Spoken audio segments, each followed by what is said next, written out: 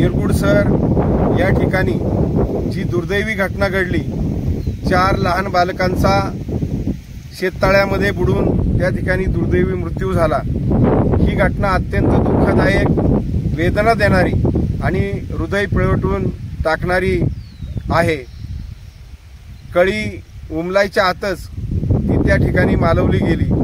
ही अत्यंत वाईट घटना आहे, दुर्दैवी घटना आहे। परंतु मी त्या ठिकाणी आमचे स्वाभिमानीचे काही कार्यकर्ते आणि शेतकरी आम्ही त्या ठिकाणी गेलो आणि वस्तुस्थिती पाहिली तेव्हा माझ्या लक्षात आलं, पहिल्या कुटुंबात जी घटना घडली ते कुटुंब शेततळ्याच्या समोरच त्या ठिकाणी राहतंय, शेजारी शेततळ आहे।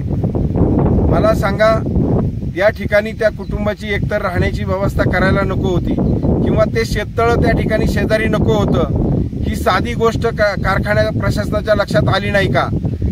मला सांगा, ती लहान लहान मुलं उठल्यानंतर जर त्या ठिकाणी जाणार असतील, त्या शेततळ्याच्या तिथं जाणार असतील तर हे धोकादायक आहे। ही बाब कारखाना प्रशासनाच्या लक्षात यायला हवी।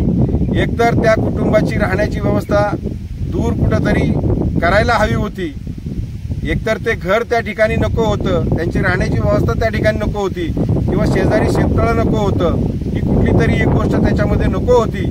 ही साधी गोष्ट कारखाना प्रशासनाच्या लक्षामध्ये आलेली नाही। आता सुट्टीचे दिवस असल्यामुळं लहान मुलं त्या ठिकाणी खेळता खेळता त्या ठिकाणी जाणार, त्या ठिकाणी काम करणारी जी लोक आहेत ती काम करणार की 24 तास त्या मुलांकडे लक्ष देणार, हा प्रश्न या ठिकाणी निर्माण होतो। लहान मुलं निष्पाप असतात, त्यांना फारशी समज नसते, त्यामुळे उन्हाळ्याचे दिवस असल्यामुळं त्या मुलांनी ते जे काही तारेचं कंपाऊंड आहे त्याच्यातील एका खांबाला दोरी बांधून ही मुलं त्या ठिकाणी त्या शेततळ्यामध्ये उतरली आणि त्या ठिकाणी तो खांब गंजलेला असल्यामुळं तुटला गेला आणि ती मुलं त्या ठिकाणी त्या तळ्यामध्ये बुडून त्यांचा दुर्दैवी मृत्यू झाला।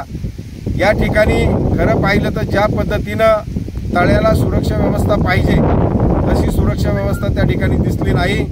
त्या ठिकाणी कंपाऊंडचे काही खांब कुजलेले दिसले, तारांमध्ये सुद्धा त्या ठिकाणी काही ठिकाणी जागा करून मुलं आत त्याच्यामध्ये गेली। खरं पाहिलं तर ज्या पद्धतीनं संरक्षण त्या तळ्याला पाहिजे त्या पद्धतीचं संरक्षण त्या ठिकाणी दिसलं नाही। आणि त्या ठिकाणी सगळ्यात महत्त्वाची गोष्ट म्हणून मी सांगतो की मगाशी सांगितल्याप्रमाणे अगदी दाराच्या पुढे जर ते शेततळ असेल तर ही घटना कधी ना कधी घडणार, ही साधी गोष्ट यांच्या लक्षात येऊ नये। आणि म्हणून जे काही घडलंय ते अत्यंत दुर्दैवी आहे, याचं कुणीही राजकारण करू नये।